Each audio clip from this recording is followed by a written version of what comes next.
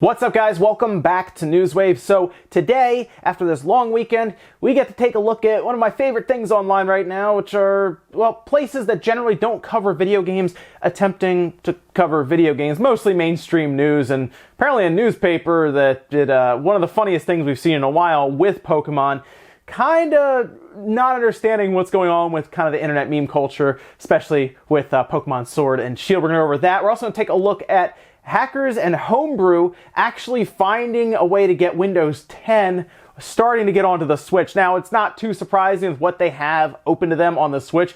It's just more interesting to see. As always, guys, if you enjoy these videos, hit the like button. It does help out.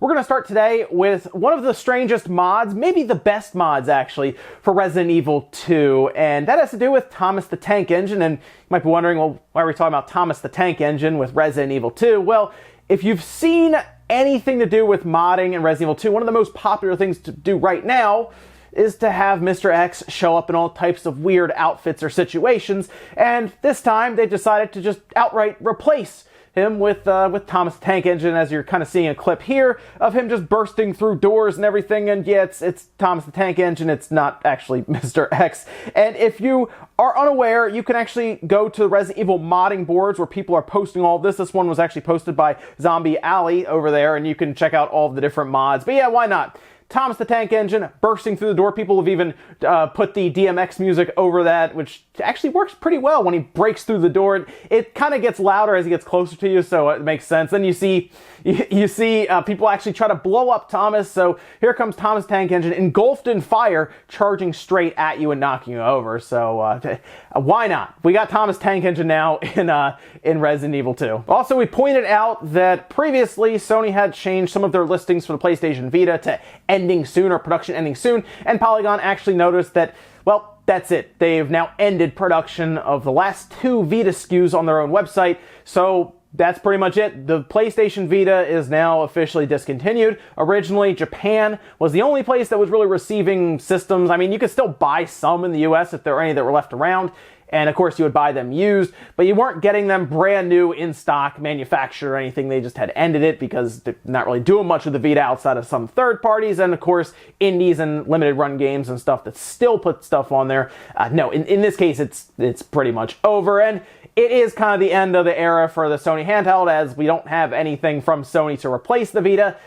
That's pretty much it seems, and Sony is just going to go forward with their home consoles after attempting to do two handhelds with the PSP and the Vita. I mean, even technically Nintendo is moving away from just the handheld market and with the introduction of the Switch, where they have a hybrid market now between handheld and home console. They've merged them. Now, there is a chance that, of course, Nintendo will maybe do a handheld-only variant of the Switch, as we've talked about the Switch being a family of devices, as they themselves have said. So we'll see where that goes. I don't think Sony is going to introduce any other kind of handheld going forward. I think they understand that that market is pretty much being taken over by cell phones being the biggest thing, and tablets, of course, and that kind of freemium market there where games are basically free with microtransactions tacked on. So yes, that's the end of the Vita. You might want to start collecting some of the stuff now if you know that there is a Vita around you in the area, whether it's used or new or whatnot. You might want to think about picking it up, because now that it's not being produced anymore, you will see them start to disappear, which means that prices will continue to go up for them,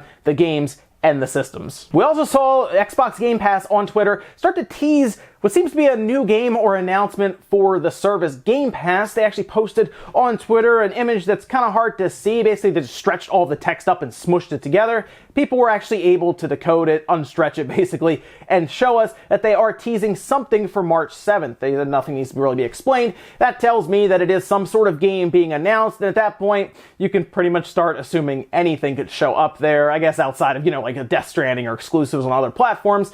I could see something like, let's just throw out there, like Mass Effect 2, for example, could pop up. That'd be a cool game to kind of hit the service from the Xbox 360. And then, of course, you could also see something like No Man's Sky drop on there, the one that, of course, released on the Xbox One not too long ago. Put that on there. I think one of the best things they could do, and it would really help that game is something like Fallout 76. I think you get a lot more players trying it out then if it's on Game Pass, and while it does get obviously made fun of a lot, it would still bring some value to the service. So we don't really know what it could be. It's a lot of speculation now. Just know this Thursday you want to pay attention to Xbox Game Pass on Twitter to see what this announcement is. Then guys, some of the quick news out of the way, let's get into the bigger stuff. We're going to start with news outlets that from the mainstream attempting to cover Pokemon Sword and Shield, the reveal. I mean, it was so big, yeah, you're going to have a lot of different places cover it. The best one that a lot of people pointed out, I even kind of made fun of them and put on Twitter, was CNN. As you're seeing their tweet here, and to be honest, this actually summarizes their entire article well outside of some quotes they got from Michael Pachter about this. It says, 2 new role-playing games, Pokemon Sword and Pokemon Shield, are coming to Nintendo Switch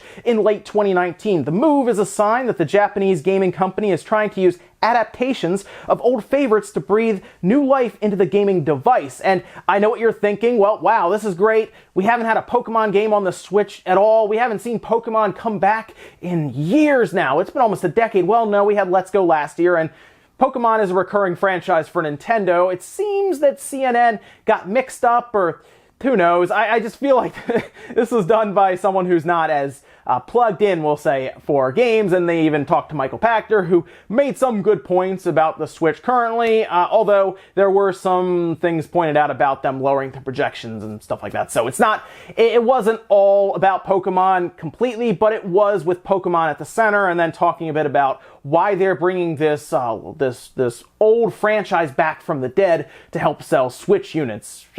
Again, forgetting about Pokemon Let's Go.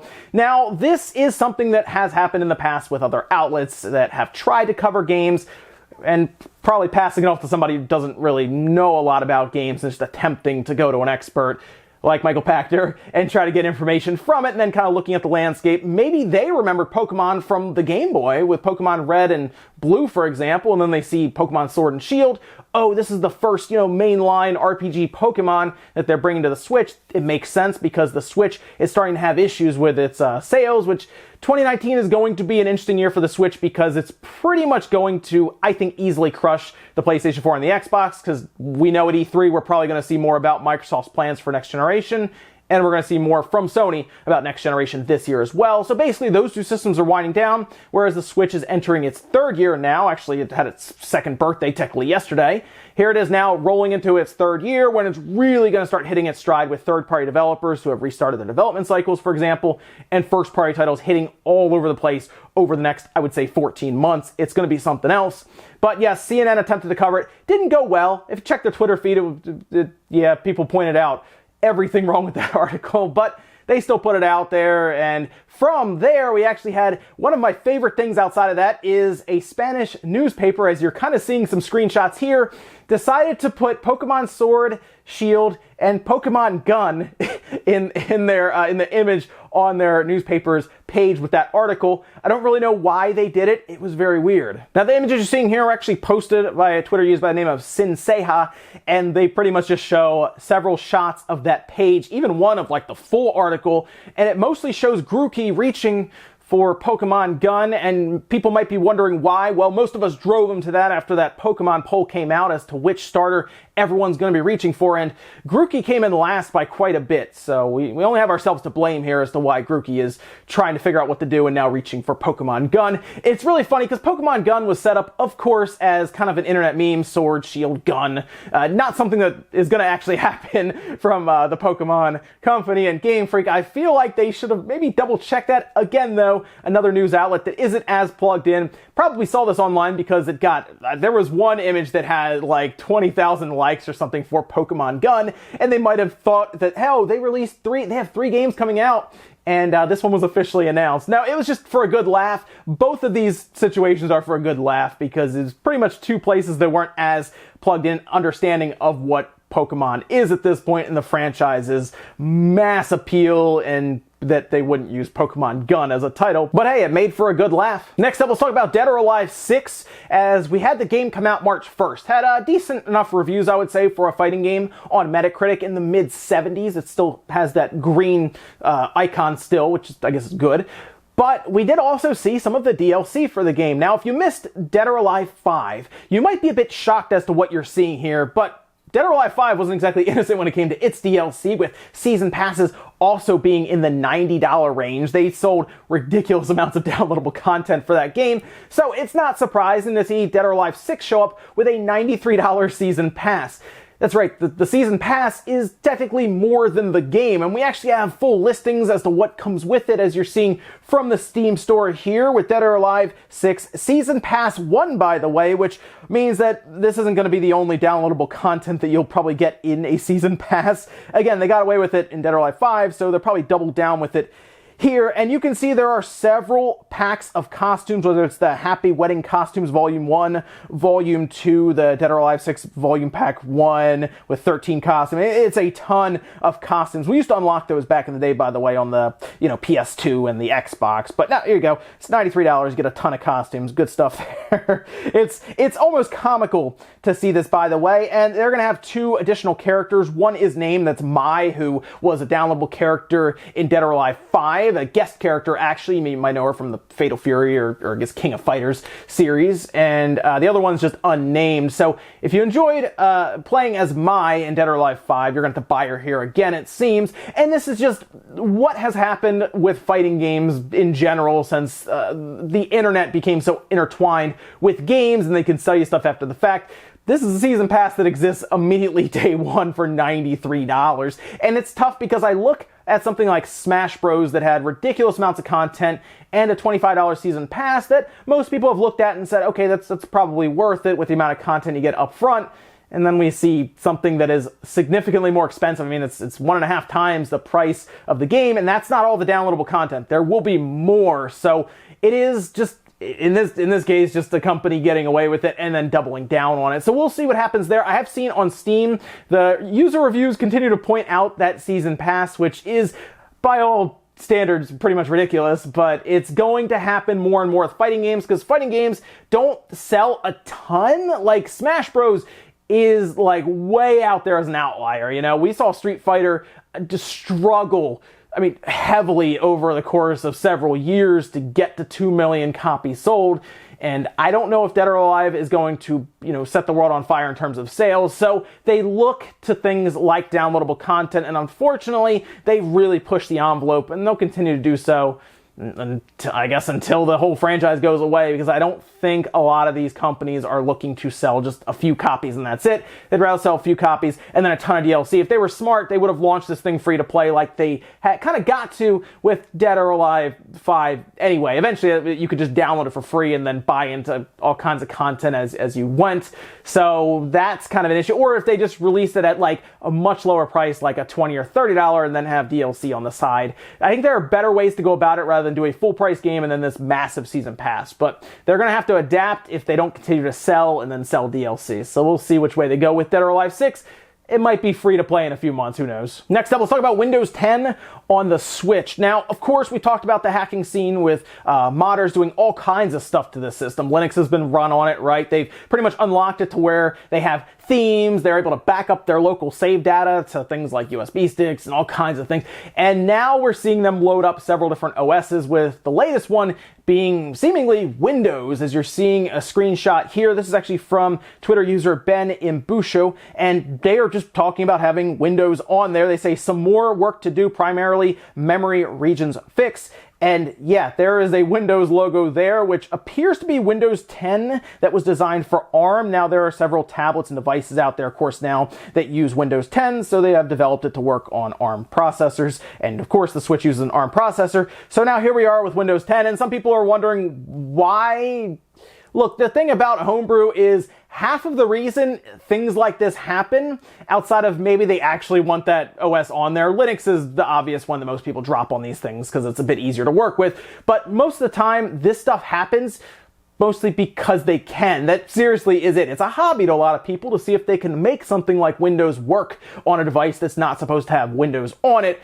I don't know if the Switch would be the best device ever to have something like this on. But again, they're just thinking, well, we'll see if we can get it on there. It's a fun challenge or something fun to try, and who knows, maybe the Switch will actually run Windows well. I mean, technically with its specs, yeah, it probably could run Windows okay, but of course it's lacking things like a standard attachable keyboard that's not, you running a keyboard off of its USB port, not one that just snaps to it and closes like others have, or the 2-in-1 notebooks. So it's, again, not something that's probably going to take off or be massive or even going to see much in the mainstream news. It's just something cool to see what some of these hackers and homebrew users have been able to do. Then our last bit of news, let's talk about Atlas putting out an interesting survey for people to fill out. Now, a lot of times you look at these and you say, okay, it's for like quality assurance. They're wondering, how's our advertising been? How have our games been for you? Do you enjoy this game versus this game or this genre? Or what do you play most on your system? So they can try to figure out where they should maybe move the franchise to, or even consider releasing spin-offs for. Well, in this case, they actually asked about platforms that they should put it on, as you're seeing a screenshot here that was collected from that survey that Atlas USA actually put out on their Twitter handle, and says, what do you want to see from Persona in the future? Please check all that apply. You'll notice several here. Downloadable content. I think there's a lot of people, by the way, who would love to see DLC for Persona 5, merchandise, remake, remaster, like maybe an older Persona game coming back, because it does specifically say Persona in the future. But then look to the right, you'll see a couple of different platforms they could port to. Xbox One port, maybe? What about a Nintendo Switch port or a PC port? Could this be them just testing the waters to see if maybe Switch owners want Persona? Do PC users want Persona? What about Xbox users? I think most people are probably going to tap on either Switch or PC. I think that the Switch is probably a very compelling one for a lot of people because, of course, it's a portable system, and Persona already exists on a system that you'd sit in your living room or even at your desk playing. So I get why there is some excitement around the Switch being there, but I've kind of talked to you guys before about this. Would you really be that like surprised if Persona 5 showed up on the Switch? Because there's a lot of rumors going around that it is, and to be completely honest with you, these surveys here don't really mean a lot because, I mean, you might see Persona 5 sooner than you think showing up on the Switch. We'll kind of leave it at that. So it's going to be interesting going forward to see what they do with the Persona series, whether they do move it to PC. I think that's a great spot for it. But the Switch being as large as it is in Japan, and the Vita, we just talked about ending production, which was another spot that they put those Persona games on. It was a good handheld system to have it on. Persona 4 Golden was awesome. Actually, I think it was the best-selling game for that system next to Uncharted, for example, and Killzone. So yeah, how about we move Persona to the Switch and have it on the PlayStation, and they'll cover handheld and home console gaming. Ladies and gentlemen, let's go do it here for Newswave. If you enjoyed this video, guys, hit the like button. Really helps out. If not, hit the dislike. Leave comments down below about everything we talked about, whether it's Windows 10 on the Switch. Do you think there's any future there? Or do you think it's just more a hobby and look what we can do kind of thing? Also, what about news outlets like CNN covering Pokemon, laughably, I would say. And then, of course, let me know your thoughts about anything else, including Persona on the Switch or the PC. Guys, make sure you're also subscribed for gaming news every single morning, 8 a.m. Eastern Time. And I'll see you guys again tomorrow morning.